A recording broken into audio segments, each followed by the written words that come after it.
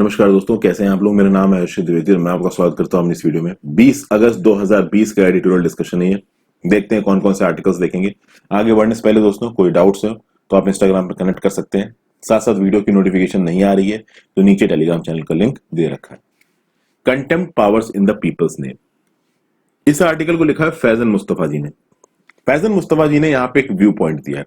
इनका view point कुछ हद तक बायस लगा मुझे, लेकिन जिस प्रेमाइस पे इन्होंने ये व्यू पॉइंट दिया वो मुझे बहुत अच्छा लगा। वो आपको पता होना चाहिए। जैसे कि अभी जो कंटेम्प्ट ऑफ कोर्ट की प्रोसीडिंग चली थी प्रशांत भूषण जी के अगेंस्ट में, उसमें सुप्रीम कोर्ट में जजमेंट आया। उस जजमेंट में प्रशांत भूषण जी को गलत ठहराया गया, लेकिन उसी जजमेंट में सुप्रीम कोर्ट ने 27 बार पीपल नाम के शब्द का इस्तेमाल किया। ओके, मतलब कि सुप्रीम कोर्ट का यह बोलना है कि लोगों का भरोसा सुप्रीम कोर्ट में रहना चाहिए, तभी सुप्रीम कोर्ट की जो डिग्निटी है वो अंडरमाइन नहीं होगी। तो इनफैक्ट सुप्रीम कोर्ट ये कह रहा है कि ये जो कंटेम्प्ट की प्रोसीडिंग चलाई जाती है वो किसी एक इंडिविजुअल जज की इमेज को बचाने के लिए नहीं चलाई जाती है। लोगों का जो भरोसा है सुप्रीम कोर्ट में उसको बचाने के लिए चलाई जाती है। बट क्या लोगों के भरोसे को सुप्रीम कोर्ट यहां पे बचा रहा है? इसके अगेंस्ट में कुछ पॉइंट्स दिए फैजल मुस्तफा जी ने। अब जो पॉइंट्स दिए वो क्लियर कट बायस्ड है, तो बॉयज पॉइंट जो है वो भी बताऊंगा, आपके लिए इंपॉर्टेंट क्या है वो भी बताऊंगा। आगे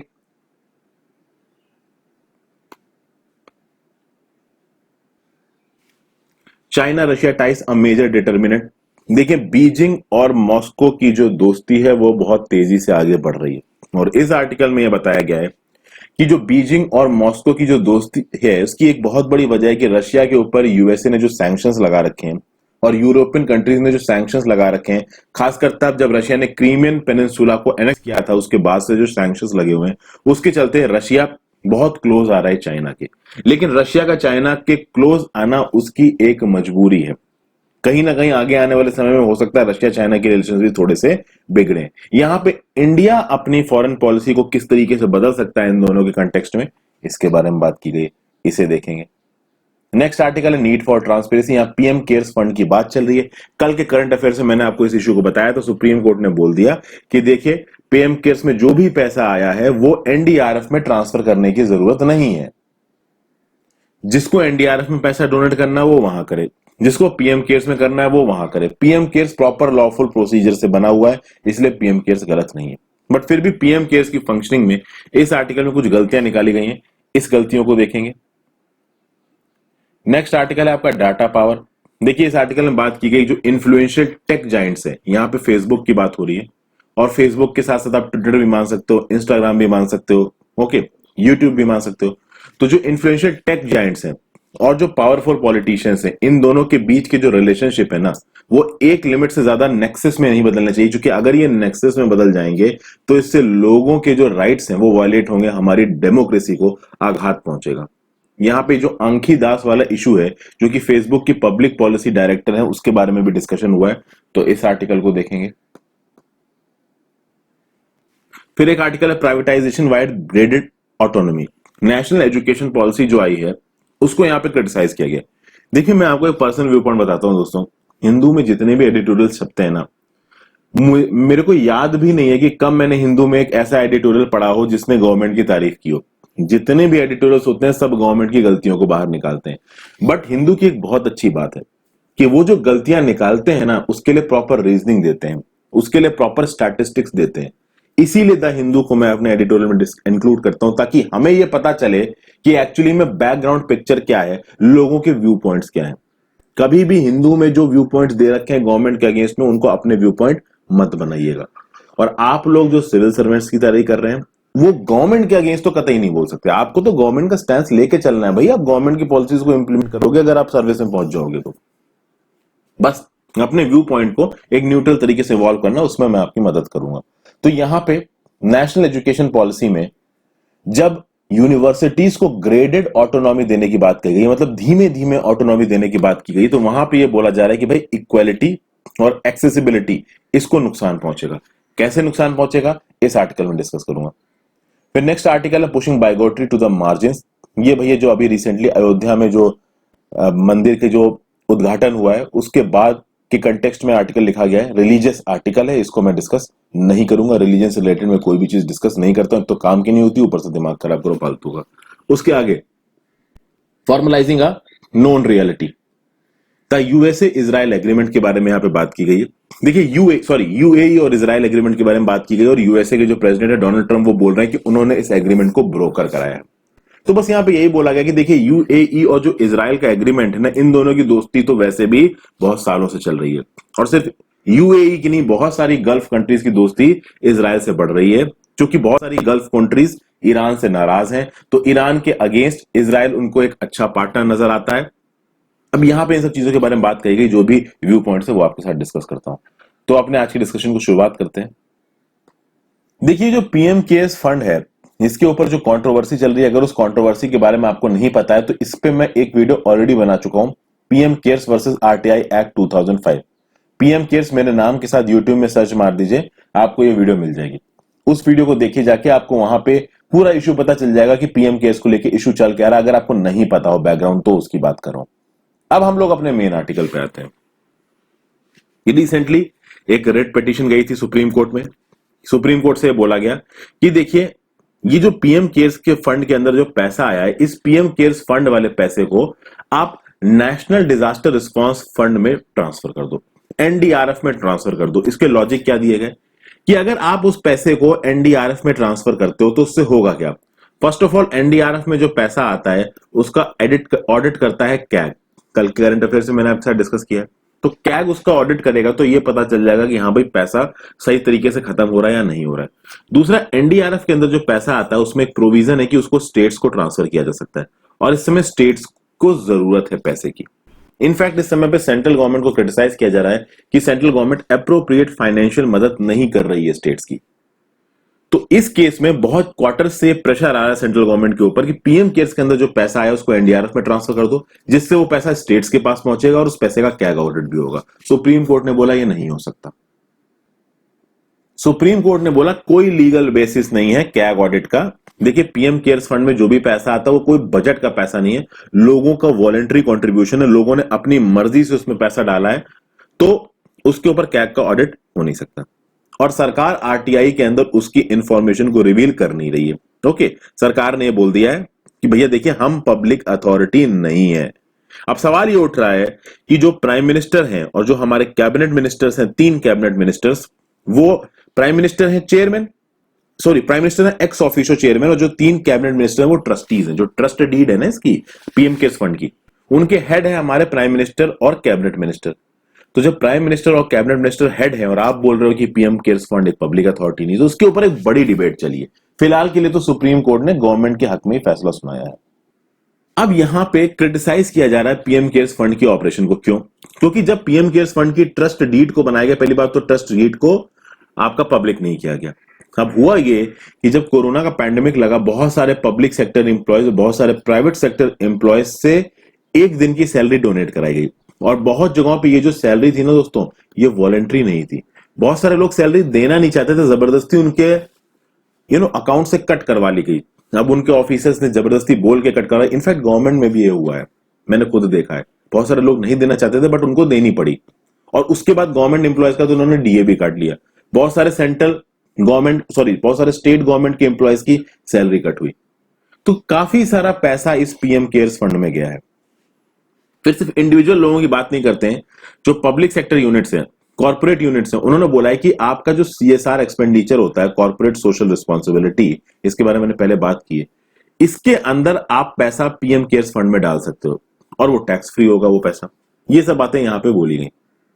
अब जब इतने बड़े अमाउंट में पैसा पीएम केयर्स फंड में पहुंचा है, तो लोग ये जानना चाहते हैं कि कितना पैसा पहुंचा पीएम केयर्स में और कितना पैसे को कहां कहां लगाना शुरू किया गया।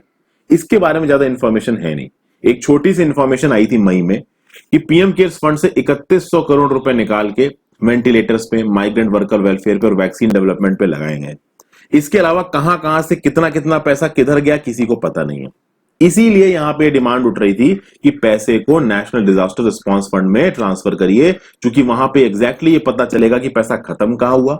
दूसरा, डिजास्टर मैनेजमेंट एक्ट के उसके ऊपर प्रोविजंस लगेंगे तो और ज्यादा, कहते हैं ना कि पब्लिक में चीजें आएंगी, प्लस स्टेट्स को भी हम पैसा दे पाएंगे। पर ये सब चीजें अभी हो नहीं पाएंगी क्योंकि सुप्रीम कोर्ट ने सेंट्रल गवर्नमेंट के हक में डिसीजन दिया। आगे आते हैं China Russia ties a major determinant. A proper analysis of the partnership between Beijing and Moscow is critical to India's foreign policy calculus. क्या बोला जा रहा है यहाँ पे? देखिए, रशिया चाइना की जो रिलेशनशिप है वो बहुत तेजी से आगे बढ़ रही है। बहुत सारी जगहों पे ये बात की जाती है इंडिया में कि भैया देखिए, इंडिया और रशिया भाई बड़े दोस्त हैं, लेकिन आपको ये जान के आश्चर्य होगा कि 1962 में जब इंडिया चाइना वॉर हुआ था, रशिया ने इंडिया का सपोर्ट नहीं किया था। रशिया न्यूट्रल हो गया था उस टाइम पे। तो कुल मिला के बात यह है कि जो हमारे दिमाग में पिक्चर बनी हुई है कि इंडिया रशिया का बहुत अच्छा दोस्त है, ये पिक्चर फ्लॉड है। मोस्ट प्रॉब्ली इस समय पर रशिया चाइना को ज्यादा इंपॉर्टेंस दे रहा है इंडिया से। अब इसका रीजन क्या है? देखिए, जब हमारा वर्ल्ड वॉर 2 खत्म हुआ 1945 में, उसके बाद जो दुनिया उभरी है 1950 से स्पेशली, 3 देश यहां पे बहुत इंपॉर्टेंट माने गए। एक अमेरिका, एक चाइना और एक रशिया, जो कि उस समय पे था यूएसएसआर। यूएसएसआर, अमेरिका बहुत इंपॉर्टेंट थे। तीसरे नंबर पर आया चाइना। आपको पता है अमेरिका और यूएसएसआर के बीच में कोल्ड वॉर चल रहा था। अब यहां पे जब कोल्ड वॉर चलने के बीच में ही जब अमेरिका अपने रिलेशंस को अच्छा करेगा चाइना के साथ, इनफैक्ट कई सारे लोगों का यह भी बोलना है कि यूएसएसआर को काउंटर करने के लिए अमेरिकन प्रेसिडेंट ने अपनी जो रिलेशनशिप है वो चाइनीज लीडरशिप के साथ अच्छी करी। क्योंकि ऑब्वियस ही बात है, फॉरेन पॉलिसी कैलकुलस में क्या होता है, अगर साउथ एशिया में हुआ ये इंडिपेंडेंस के बाद, अमेरिका ने बहुत कोशिश की कि साउथ एशिया में इंडिया को वो अपना बहुत अच्छा पार्टनर बना ले। अगर वो इंडिया को अपना बहुत अच्छा पार्टनर बना लेगा तो साउथ एशिया में यूएसए डोमिनेंट हो जाएगा। लेकिन जब इंडिया ने बोला कि हम नॉन अलाइंड रहेंगे और हम आपके पार्टनर अच्छे नहीं बनेंगे, हम न्यूट्रल रहेंगे, तो उस केस में यूएसए ने पाकिस्तान को अपना पार्टनर बना लिया। मतलब यूएसए की फॉरेन पॉलिसी क्या थी कि हर रीजन में अपना एक डोमिनेंट पार्टनर बनाओ और उसके बेसिस पे उस रीजन में हम इन्फ्लुएंस रखेंगे। तो सिंपल सी बात है, यूएसएसआर को कहीं ना कहीं काउंटर करने के लिए चाइना के साथ रिलेशनशिप अच्छी की गई। तो कोल्ड वॉर के जीतने के लिए अमेरिका के पॉलिसी मेकर्स का क्या सोचना था कि यूएसएसआर को हराने के लिए जो रास्ता है वो पेकिंग से निकलता है। पेकिंग मतलब आज का जो बीजिंग है, ओके। लेकिन उल्टा पड़ गया दोस्तों। अभी के लिए आप देखोगे चाइना रशिया की रिलेशनशिप हो गई है बहुत अच्छी, और एक बहुत बड़े फॉरेन पॉलिसी एक्सपर्ट हैं आपके यूएसए के, जे स्टेपल्टन रॉय। ये पहले एम्बेसडर भी रह चुके हैं यूएसए के अलग अलग कंट्रीज में। ये रशिया और चाइना पे एक्सपर्ट हैं। इनका ये बोलना है कि 3 डेकेड्स मतलब कब की बात की जा रही, 1991 में, दिसंबर 1991 में यूएसएसआर टूट गया। अब 1991 से अब तक 2020 तक लगभग 30 साल बीत चुके हैं, 3 डेकेड्स बीत चुके हैं। इन 3 डेकेड्स में अगर आप अमेरिका, रशिया और चाइना के ट्रायंगल को देखो तो अमेरिका इन दोनों के कंपैरिजन में ज्यादा डोमिनेंट रहा है। लेकिन अब स्टेपल्टन साहब बोल रहे हैं कि अब इन तीनों के रिलेशन में चाइना ज्यादा डोमिनेंट हो गया है। China is now a more dominant thing in all of these 3 countries. अगर चाइना और रशिया की पार्टनरशिप की बात की जाए तो चाइना और रशिया की पार्टनरशिप 3 पिलर्स पे खड़ी है। पहला पिलर है पीसफुल बाउंड्री। दोनों के बीच की जो बाउंड्रीज है वो प्रॉपरली डिमार्केटेड है, कोई खास लड़ाई होती नहीं उस पर। दूसरा, दोनों के बीच का जो ट्रेड है वो बहुत एक्सपेंड हो रहा है, उस ट्रेड के बारे में भी बात करेंगे। तीसरा, दोनों के अंदर एक शेयर्ड डिस्ट्रस्ट है अमेरिका के प्रति। रशिया का तो डिस्ट्रस्ट है ही अमेरिका के प्रति, क्योंकि वेस्टर्न सैंक्शंस लगे हुए हैं रशिया पे, और चाइना का भी डिस्ट्रस्ट बढ़ रहा है। प्लस चाइना अपनी हेगोमनी को पूरी दुनिया भर में फैलाना चाहता है, इसलिए चाइना ने अपनी इकोनॉमी को बहुत स्ट्रांग किया है। रशिया का चाइना के क्लोज आने का रीजन क्या है कि बहुत सारे वेस्टर्न सैंक्शंस लगा रखे हैं रशिया के ऊपर।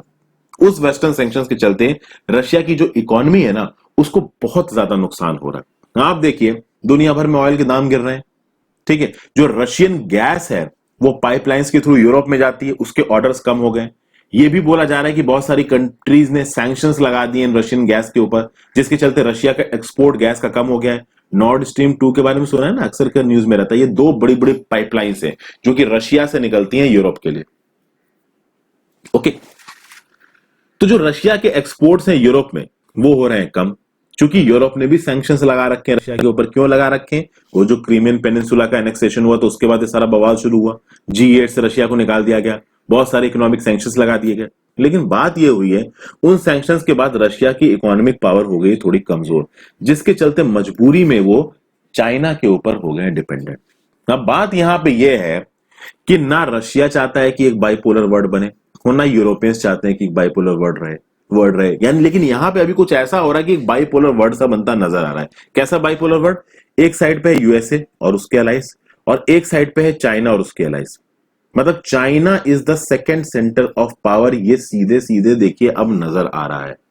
और ये यूरोपियन कंट्रीज की फॉरेन पॉलिसी, यूरोपियन और वेस्टर्न कंट्रीज की फॉरेन पॉलिसी की वजह से ही हो रहा है। अगर यूरोप और यूएसए रशिया के ऊपर सैंक्शंस ना लगाते तो शायद रशिया इतना ज्यादा चाइना के करीब नहीं आता, क्योंकि कहीं ना कहीं रशिया अपने आप को एक बड़ी ताकत मानता है और चाइना पे बहुत ज्यादा डिपेंडेंट होने में रशिया का ही नुकसान है। बट रशिया का चाइना की तरफ जाना मजबूरी है, क्योंकि रशिया बहुत हद तक इकोनॉमिकली डिपेंडेंट हो रहा है चाइना के ऊपर। फिर कुछ रशियन एक्सपर्ट्स हैं, अलेक्जेंडर गुआबेव, तैमूर उमारोव, इन्होंने क्या बोला है कि वेस्टर्न सैंक्शंस के बाद जो चाइना और रशिया का ट्रेड है वो दुगना से भी ज्यादा बढ़ चुका है, 108 बिलियन डॉलर पे पहुंच चुका है, जो कि एक बहुत बड़ा, इतना इंडिया और चाइना का भी ट्रेड नहीं है। उसके बाद Russia central bank has increased its Chinese currency reserves from less than 1% to over 13%। Foreign currency reserves क्या होते हैं दोस्तों, मैं आपको समझाता हूं। इंडिया ने मान लीजिए जापान को आपने एक्सपोर्ट किए, जापान से करेंसी किस में आएगी, जापान की करेंसी में, येन में। वो येन हमारे फॉरेन करेंसी रिजर्व का पार्ट बन जाएगी। तो अगर चाइनीज करेंसी रिजर्व 13% से ज्यादा है रशिया में, इसका मतलब रशिया की जो मेजर एक्सपोर्ट्स हैं वो चाइना में जा रहे हैं और चाइनीज करेंसी उनकी फॉरेन रिजर्व्स का हिस्सा बन रही है। जितना ज्यादा डाइवर्सिफाइड, जितना बड़ा वाइड आपका फॉरेन करेंसी रिजर्व होगा ना, आप उतने ही ज्यादा इकोनॉमिकली स्टेबल माने जाओगे। और अगर रशिया की जो सेंट्रल करेंसी रिजर्व उसमें सिर्फ चाइनीज करेंसी है, कहने का मतलब रशिया काफी हद तक चाइना की इकोनॉमी पे डिपेंडेंट है। फिर सैंक्शन से पहले, यूरोप में जब सैंक्शन लगाए रशिया पे, उससे पहले जर्मनी बहुत सारा इंडस्ट्रियल प्लांट और टेक्नोलॉजी प्रोवाइड करता था रशिया को। जब सैंक्शन लग गए, जर्मनी ने प्रोवाइड करना बंद कर दिया, अब चाइना ने प्रोवाइड करना शुरू कर दिया।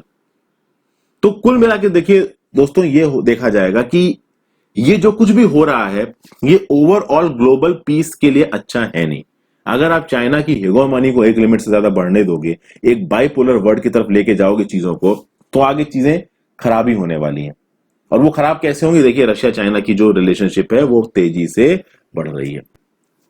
दीज इकोनॉमिक पॉजिटिव्स किसके बीच में, चाइना और रशिया के बीच में। ये वॉशिंगटन में और यूरोपियन कैपिटल्स में एक स्ट्रेटेजिक कन्वर्जेंस की तरह देखे जा रहे हैं।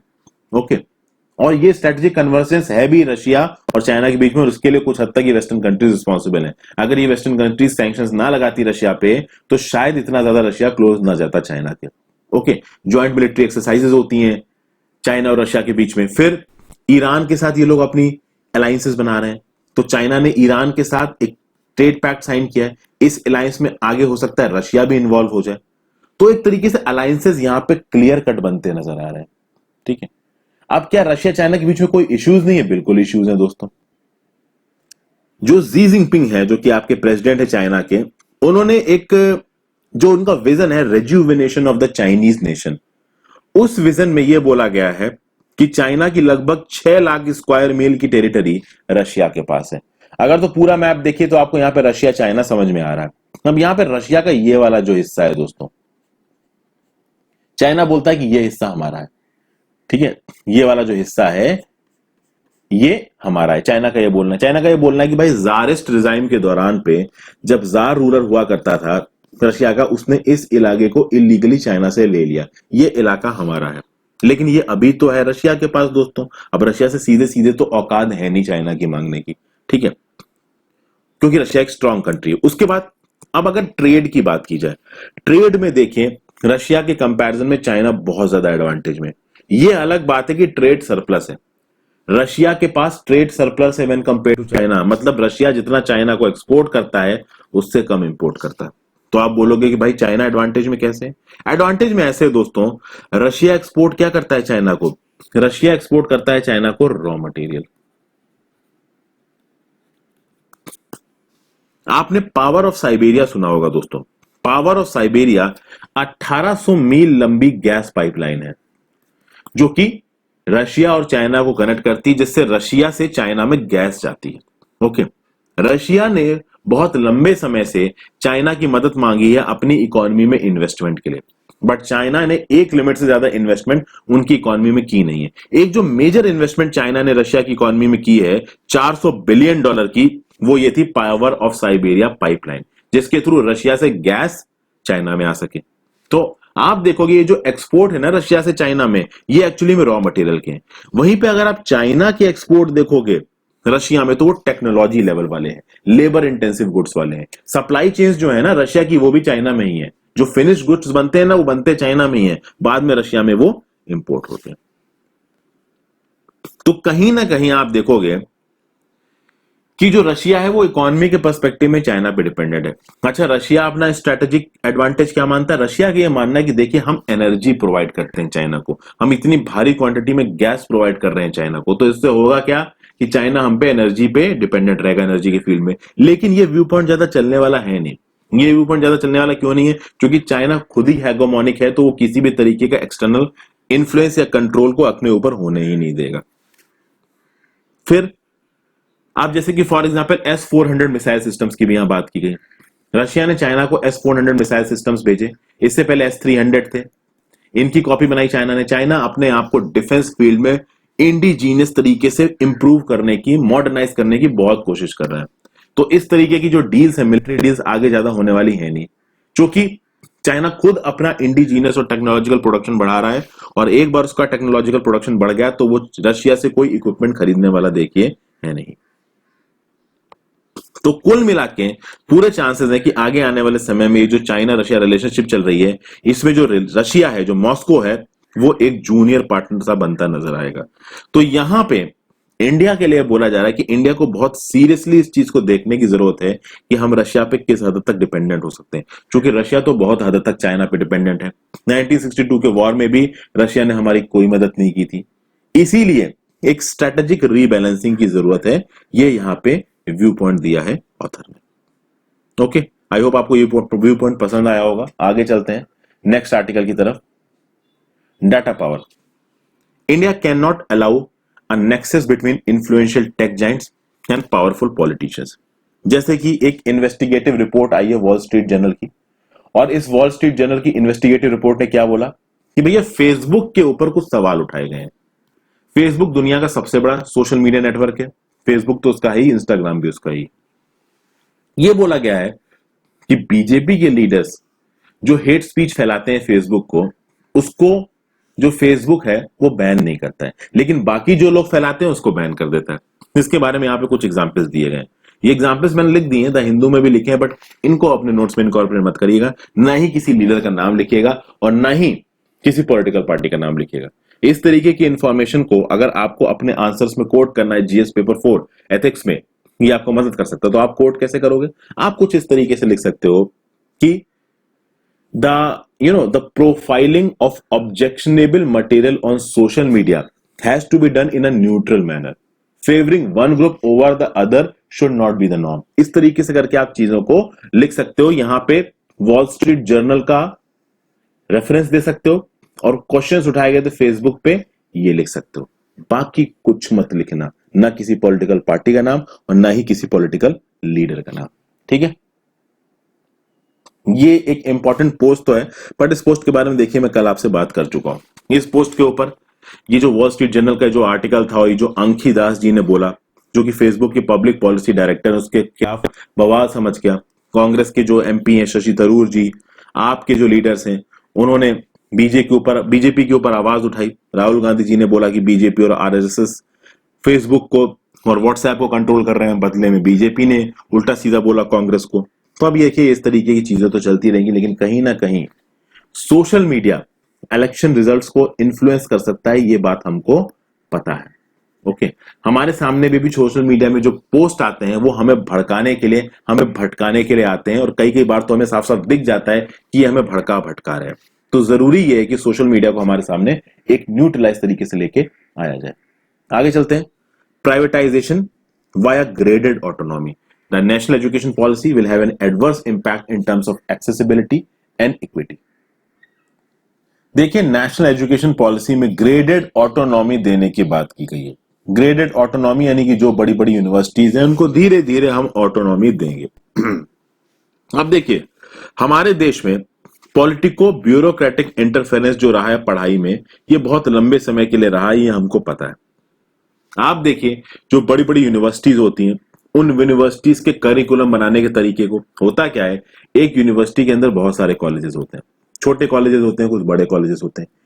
इस यूनिवर्सिटी की जो एडमिनिस्ट्रेटिव बोर्ड है ना, उसके अंदर बहुत सारा इंटरफेरेंस होता है, उस इंटरफेरेंस के चलते इन कॉलेजेस के काम करने का तरीका है ना, वो काफी हद तक रिस्ट्रिक्ट हो जाता है, इनके ऊपर बहुत सारी कंडीशंस लगा दी जाती हैं। क्या इसके बारे में कभी बात उठाई गई? पहले बिल्कुल उठाई गई। महाजनी कमिटी बनाई गई थी कॉलेजेस में 1964 में। इसने क्या बोला?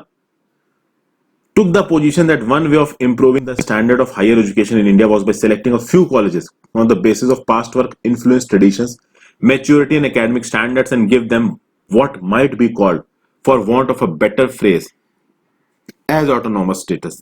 यानी कि ये जो कॉलेजेस हैं, ये जो यूनिवर्सिटीज हैं, इनमें से कुछ यूनिवर्सिटीज को, कुछ कॉलेजेस को इनकी पास्ट परफॉर्मेंस के बेसिस पे, इनके काम करने के तरीके के बेसिस पे हमें ऑटोनॉमी देनी चाहिए। बस ये बात बोली गई।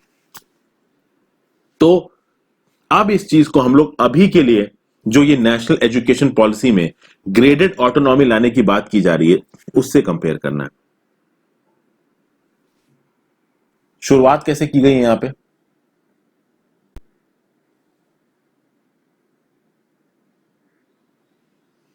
ये जो ग्रेडेड ऑटोनॉमी है, ये एक्सेसिबिलिटी को कम करेगा, इक्विटी को कम करेगा, इक्वालिटी को कम करेगा। कैसे करेगा हायर एजुकेशन सेक्टर में? देखिए दोस्तों, जैसे जैसे एजुकेशन इंडिया में आगे बढ़ी है, जो पॉलिसी मेकर्स है, जो हमारी गवर्नमेंट है, उनकी तरफ से एक व्यू पॉइंट निकल के आया। देखिए, देश बहुत बड़ा है, आबादी बहुत बड़ी है, तो सबकी एजुकेशन के लिए पैसा स्टेट पे करे, पैसा गवर्नमेंट पे करे, ये हो नहीं सकता। गवर्नमेंट की तरफ से एजुकेशन में पैसा आया है, नो डाउट आया है, बट एक लिमिट से ज्यादा नहीं आया। तो कुल मिला के अब लोगों के पॉलिसी डिस्कोर्स में ये आ गया कि सरकार एक लिमिट से ज्यादा एजुकेशन में पैसा खत्म नहीं कर सकती। तो ना सरकार ने एजुकेशनल इंफ्रास्ट्रक्चर के लिए पैसा नहीं दिया, लेकिन हायर एजुकेशन की डिमांड तो थी, हमारी आबादी तो बड़ी है ही, बच्चों को पढ़ाई तो चाहिए है ही। तो अब इस गैप को, इस वैक्यूम को भरेगा कौन? तो इस वैक्यूम को भरेगा प्राइवेट सेक्टर।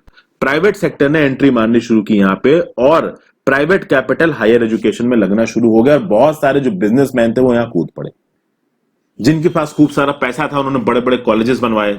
आप देखिए, पॉलिटिशियंस के कॉलेजेस खुले पड़े हैं, बिजनेसमैन के कॉलेजेस खुले पड़े हैं, क्योंकि उनको पता है कि इन कॉलेजेस में जो बच्चे पढ़ने आएंगे वो साल के लाख लाख रुपए की फीस देंगे, हम भी खूब कमाएंगे। तो वो ऐसे ही पैसा नहीं लगा रहे हैं, उनको पता है कि basically this is a commercial venture. अगर हम इस पढ़ाई को चलाएंगे, पढ़ने वाले तो बहुत हैं, वो आके यहाँ पढ़ेंगे, हमको पैसा देंगे, तो हम तो जो पैसा लगा रहे हैं हम उससे बहुत ज्यादा प्रॉफिट कमा ही लेंगे। और सरकार ने भी कहीं ना कहीं इस चीज को प्रमोट किया, लेकिन इसके चलते इनइक्वालिटी बहुत बड़ी है। ओपन डिस्टेंस लर्निंग की एजुकेशन शुरू हो गई, सब कुछ ये सब चीजें शुरू हो गई, लेकिन क्या क्वालिटी बढ़ी एजुकेशन की? ऑब्वियसली क्वालिटी नहीं बढ़ी एजुकेशन की। इस एजुकेशन की क्वालिटी को सुधारने के लिए सरकार ने कुछ भी नहीं किया। अभी नेशनल एजुकेशन पॉलिसी सरकार लेके भी आई है, लेकिन यहां पे ऑथर नेशनल एजुकेशन पॉलिसी की क्या डिमेरिट्स बता रहा है यहां पे, उस पर भी हम थोड़ी देर में आते हैं। प्लस इससे पहले ऑथर यहां पे कोट कर रहा है कि बहुत सारे एजुकेशन कमीशन बने, और उन एजुकेशन कमीशन ने भी कुछ इस तरीके के व्यू पॉइंट्स दिए हैं जिससे जो हमारी हायर एजुकेशन है वो अनइक्वल हो रही है। जैसे कि फॉर एग्जांपल, जब एजुकेशनल कमीशन आते हैं, बहुत बार सेंटर्स ऑफ एक्सीलेंस बनाने की बात होती है, यानी कुछ ऐसी यूनिवर्सिटीज बनाने की बात की होती है जो किसी एक स्पेसिफिक फील्ड में हिट हो। मतलब कि एरोनॉटिक्स का फील्ड हो, चाहे मेडिकल का फील्ड हो, चाहे एविएशन का फील्ड हो, आप सेंटर्स ऑफ एक्सीलेंस बनाइए। वो सेंटर ऑफ एक्सीलेंस में इस एरोनॉटिक्स, इस एविएशन के एक्सपर्ट बैठेंगे और वहां पे उसकी एक्सपर्ट पढ़ाई होगी। लेकिन कितने सेंटर ऑफ एक्सीलेंस बन सकते हैं? सेंटर ऑफ एक्सीलेंस तो कुछ लोगों को कटर कर सकते हैं ना, हमें तो पूरे देश के हायर एजुकेशन को देखना है। तो कुल मिलाकर ऑथर ने यहां पे जो अलग अलग एजुकेशन कमीशन हैं, उनके जो सेंटर ऑफ एक्सीलेंस बनाने की बात कही गई है, metropolitan central government funded universities बनाने की बात की गई है, इन सब चीजों को फ्लॉड बता रखा है यहां पे ऑथर ने। ऑथर ने यहां पे नेशनल नॉलेज कमीशन 2005 को भी कोट किया है। नेशनल नॉलेज कमीशन 2005 की रिपोर्ट ने क्या बोला कि देखिए भाई, जो अंडर ग्रेजुएट कॉलेजेस होते हैं ना, जो किसी यूनिवर्सिटी के साथ एफिलिएटेड होते हैं, अगर वो ऑटोनॉमस तरीके से काम करना चाहें, अगर वो अपने यहां पे एफिशिएंसी को प्रमोट करे, तो वो चाह के भी नहीं कर पाते। देखिए, अगर कोई कॉलेज ऑटोनॉमस होगा, अपने हिसाब से वो पढ़ाई कराना चाहेगा, तो वो क्यों नहीं करा पाएगा? क्योंकि वो यूनिवर्सिटी से एफिलिएटेड है, और यूनिवर्सिटी ने पूरे साल का पैटर्न फिक्स कर दिया है, पूरे साल का सिलेबस फिक्स कर दिया है, और उस सिलेबस के हिसाब से पूरे साल पढ़ाई होनी है। तो अगर मान लीजिए कोई कॉलेज अपने सिलेबस को हल्का सा बदलना चाहे, या अपनी जो क्लासेस के शेड्यूल को थोड़ा सा एडवांस करना चाहे, वो कर नहीं सकता है, क्योंकि यहाँ पे कॉन्वॉय प्रॉब्लम है। कॉन्वॉय चलता है ना, गाड़ियों का एक काफिला चलता है लंबा सा। तो ये यूनिवर्सिटीज भी कुछ इस तरीके से काम कर रही है। उस यूनिवर्सिटी में जितने भी कॉलेजेस है ना, वो एक साथ काफिले की तरह चलेंगे। तो जो कॉलेजेस धीरे चल रहे हैं, इनएफिशिएंट तरीके से चल रहे हैं, वो कॉन्वॉय के दूसरे कॉलेजेस को भी धीमा और इनएफिशिएंट कर देंगे, और ये अभी के सिस्टम की प्रॉब्लम है। और सरकार का ये बोलना है कि हमने नेशनल एजुकेशन पॉलिसी के थ्रू इस प्रॉब्लम को हटाने की कोशिश की है, लेकिन ऑथर का ये बोलना है कि नहीं, आपने नेशनल एजुकेशन पॉलिसी के थ्रू इस प्रॉब्लम को और बढ़ा दिया है। कैसे बढ़ा दिया, ये देखिए ऑथर क्या लॉजिक दे रहे हैं। आपको नेशनल एजुकेशन पॉलिसी में क्या करना था कि जो लोअर ग्रेड के एफिलिएटेड कॉलेजेस है ना, उनको प्रीमियम कॉलेज के बराबर लेके आना था। आपने क्या किया कि भाई आप प्रीमियम कॉलेजेस को ग्रेडेड ऑटोनॉमी देने की बात कर रहे हो, लेकिन लोअर ग्रेड एफिलिएट कॉलेजेस को आप देने की बात ही नहीं कर रहे हो। क्या आपने नेशनल एजुकेशन पॉलिसी में जो लोअर ग्रेड के एफिलिएटेड कॉलेजेस हैं, कोई ऐसा नियम कानून बनाया है जिससे ये प्रीमियम कॉलेजेस के बराबर आ जाएं? प्रीमियम कॉलेजेस के लिए तो आप बोल रहे हो कि धीरे धीरे धीरे धीरे करके हम इनको ऑटोनॉमी देंगे, जो प्रीमियम यूनिवर्सिटीज उनको हम ऑटोनॉमी देंगे, लेकिन इन कॉलेजेस और इन यूनिवर्सिटी से जो टक्कर लेने के लिए लोअर ग्रेड के एफिलिएटेड कॉलेजेस हैं, ये उनके बराबर कैसे आएंगे? क्या इसके बारे में कोई बातचीत करी गई है? नहीं करी गई है। ये बात यहां पे बोली गई है दोस्तों। फिर पैसे देने की बात यहां पे आती है कि भाई किसको कितना पैसा मिलेगा।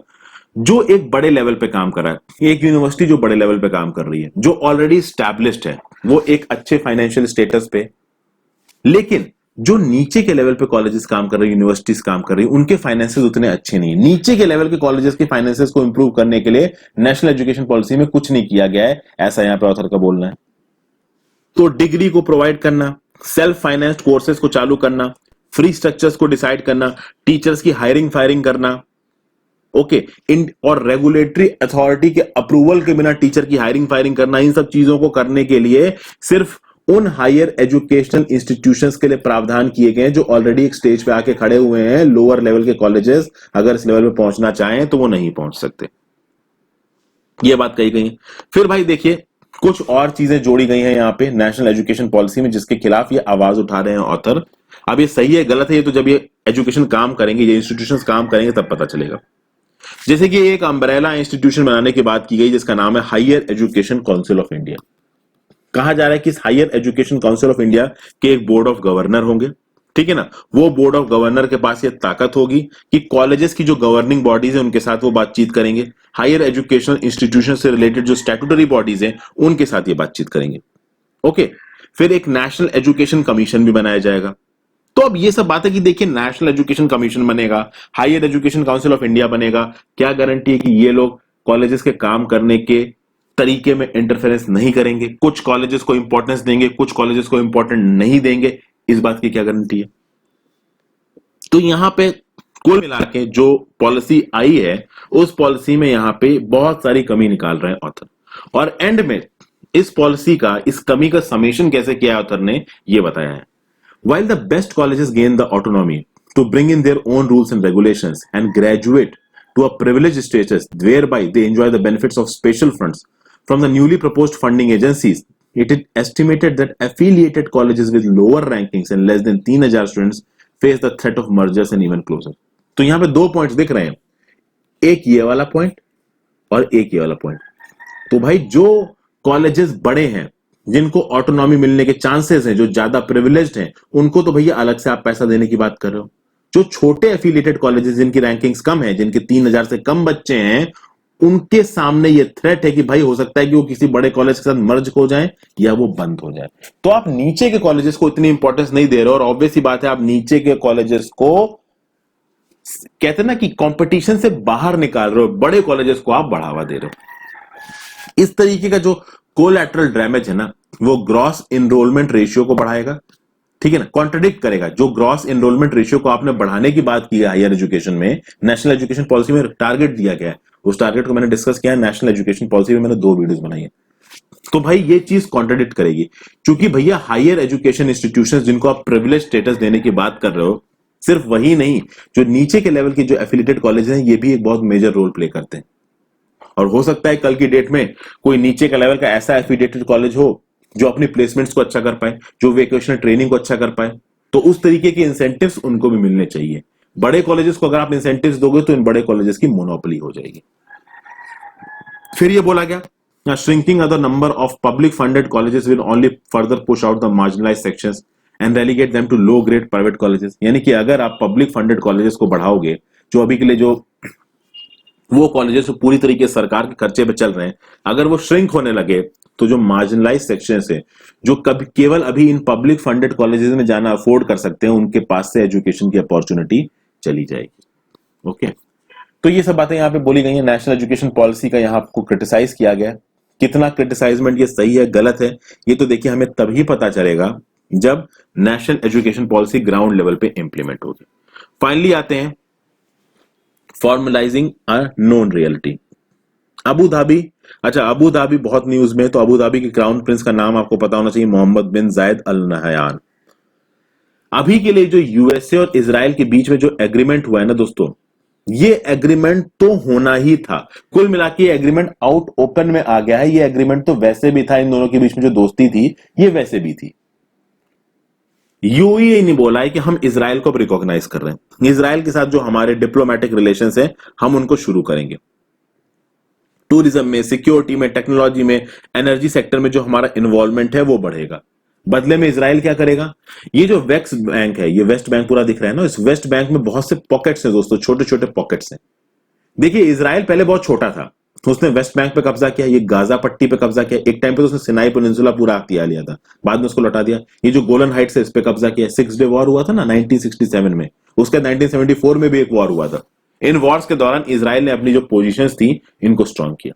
ये जो वेस्ट बैंक की टेरिटरी इतनी दिख रही है आपको, ये ऑलमोस्ट इस समय इजराइल के कंट्रोल में है। इसमें कुछ पॉकेट्स पैलेस्टीन के हैं और कुछ पॉकेट्स में इजराइल की जनता रहती है। कुछ दिन पहले ये जो इजराइल के प्राइम मिनिस्टर बेंजामिन नेतन्याहू, इन्होंने अनाउंस किया कि पूरा का पूरा इलाका फॉर्मली हम अपने इजराइल में एनेक्स कर लेंगे। अभी के लिए भी ये जो वेस्ट बैंक का पूरा इलाका है दोस्तों, ये इजराइल के पास ही है, बट कुछ जगहों पे पैलेस्टीनियन पॉकेट्स हैं। उन पैलेस्टीनियन पॉकेट्स को पूरी तरीके से इजराइल में मिलाने की बात कर रहे हैं बेंजामिन नेतन्याहू। यूएई के साथ ये जो डील हुई है उसमें यूएई ने बोला है कि ठीक है हम इजराइल को रिकॉग्नाइज कर रहे हैं, उसके बदले में ये जो एनेक्सेशन है वो इजराइल नहीं करेगा, और इजराइल ने अभी के लिए इस एनेक्सेशन को पोस्टपोन कर दिया है। इस आर्टिकल में एक्चुअली में यही बोला जा रहा है कि देखिए ये जो रिलेशनशिप है इजराइल के साथ गल्फ कंट्रीज की, धीरे धीरे बढ़ेगी। आप देखिए यहां पे यूएई के साथ एक फॉर्मल रिलेशनशिप बन गई है। इजराइल के प्राइम मिनिस्टर की रिसेंट विजिट हुई थी मस्कट में, जो कि ओमान में है, तो ओमान के साथ जो रिलेशनशिप है इजराइल की वो बहुत अच्छी है। बहरीन के साथ जो रिलेशनशिप है इजराइल की वो बहुत अच्छी है।